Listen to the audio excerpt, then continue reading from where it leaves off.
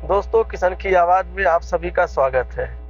आजकल आप लोगों को पता है बकरी फार्म बहुत ज़्यादा खुल रहे हैं और जितने खुल रहे हैं उससे ज़्यादा कहीं बंद हो रहे हैं। उसका क्या रीज़न है, इस वीडियो में हम आपको बताएंगे।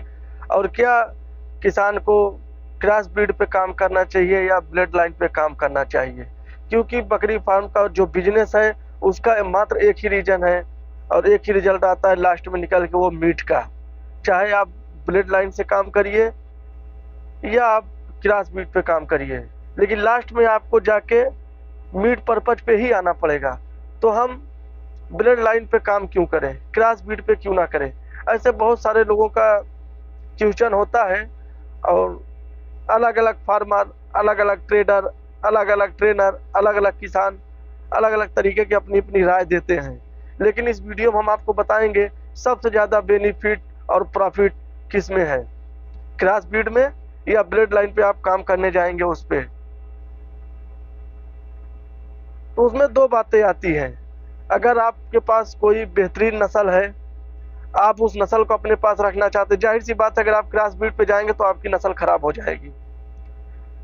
यूपी में बर्बरी बकरी है, अभी तक उसकी ब्लड लाइन बची हुई है, लेकिन उस पे भी लोग क्रॉस का काम कर रहे हैं आजकल। ब्लैक बंगाल, बिहार, छत्तीसगढ़, उड़ीसा, बंगाल साइड में ब्लैक बंगाल बहुत बेहतरीन नस्ल थी, लेकिन आज अगर उसको देखें तो जो ओरिजिनल प्योर ब्लैक बंगाल है कहीं मिल नहीं रही है। उसका सबसे बड़ा रीजन यही है, क्रॉस ब्रीड। लेकिन हम आपको बताएंगे दोनों में फायदा किस में है। तो सबसे पहले हम बात कर लेते हैं ब्लड लाइन की। यानी आप किसी नस्ल पे काम कर रहे हैं, चाहे सोजत हो, चाहे सिरोही हो, चाहे बर्बरी हो, चाहे ब्लैक बंगाल हो, कोई भी नस्ल हो, लेकिन उसका मार्केट बहुत कम है। शहर में थोड़ा बहुत है, अगर आप गांव में जाएंगे तो किसी को क्या पता कौन सी नस्ल है। उनको नस्ल से मतलब नहीं होता, उनको कम बजट से मतलब होता है। सस्ती बकरी मिल रही है उसको ले लो। कटर की बात करें, अगर कोई आपके यहाँ कटिंग वाला आएगा तो सबसे पहले बताएगा भाई ये रुपए में किलो हिसाब से चल रहा है आप बकरी, और हम इतने रुपए किलो लेंगे। अब उसको ये नहीं पता है कि बोर का जो बच्चा है वो इस समय 2000 2500 रुपए किलो के हिसाब से किसान खरीद रहे हैं जिनको बकरी फार्म खोलना है। सिरोही हो गई, सोजत हो गई, हैदराबादी हो गई, वो बहुत महंगे हैं। अगर देखा जाए 1500-1400 रुपए किलो के हिसाब से हमको मिलेंगे अगर हम लेने जा रहे हैं, अगर हम फार्म खोल रहे हैं। लेकिन जो कटर है उसको तो बस वही 400-500 चाहिए, क्योंकि मीट का मार्केट उतना ही है। तो हम क्यों ब्लड लाइन में जाएं, हम क्रॉस ब्रीड पे क्यों काम ना करें? तो ये हमारी राय है कि अगर जो गरीब किसान हैं, छोटे मोटे फार्मर हैं, उनको क्रॉस ब्रीड पे जाना चाहिए। और क्रॉस ब्रीड पे सबसे बेहतर नस्ल अगर कोई हमको दिख रही है, ब्लैक बंगाल पे बोर। अब आप सोचेंगे बीटल भी है, हैदराबादी भी है, सोजत भी है, सिरोही है, हम उसको क्रॉस ब्रीड पे क्यों ना काम कराएं? तो हम आपको बताएं उसका सबसे बड़ा रीजन ना कहने का ये है कि बोर 16 दिन के बाद, जैसे बच्चा पैदा हुआ बोर का, ब्लैक बंगाल में आपको पता है दूध कम होता है, जैसे बोर का बच्चा पैदा होता है आपको 15-20 दिन उसको दूध पिलाना, उसके बाद वो खुद खाने लगता है। उसकी इतनी कैपेसिटी है कि बोर का बच्चा 16 से 17वें दिन वो कुछ ना कुछ खाने लगता है। 1 महीने के अंदर एकदम ट्रेंड हो जाता है, अच्छे से सब कुछ खाने लगता है।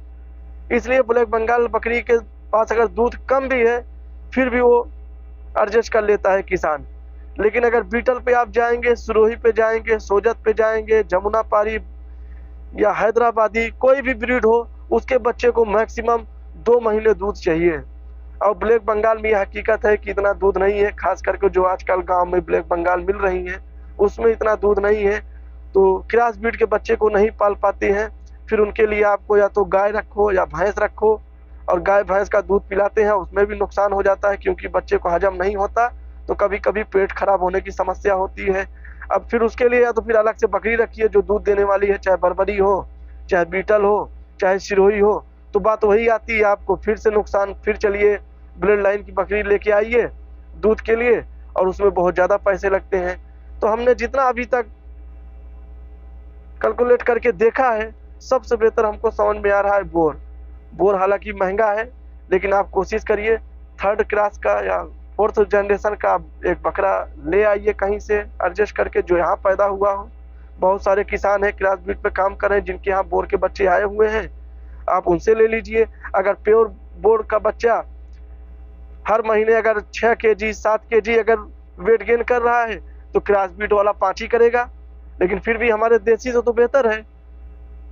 हमारा देसी नस्ल कितना जाता है आपको अंदाजा है। तो हमारा वीडियो अगर अच्छा लगा हमारे चैनल को सब्सक्राइब करें, वीडियो को लाइक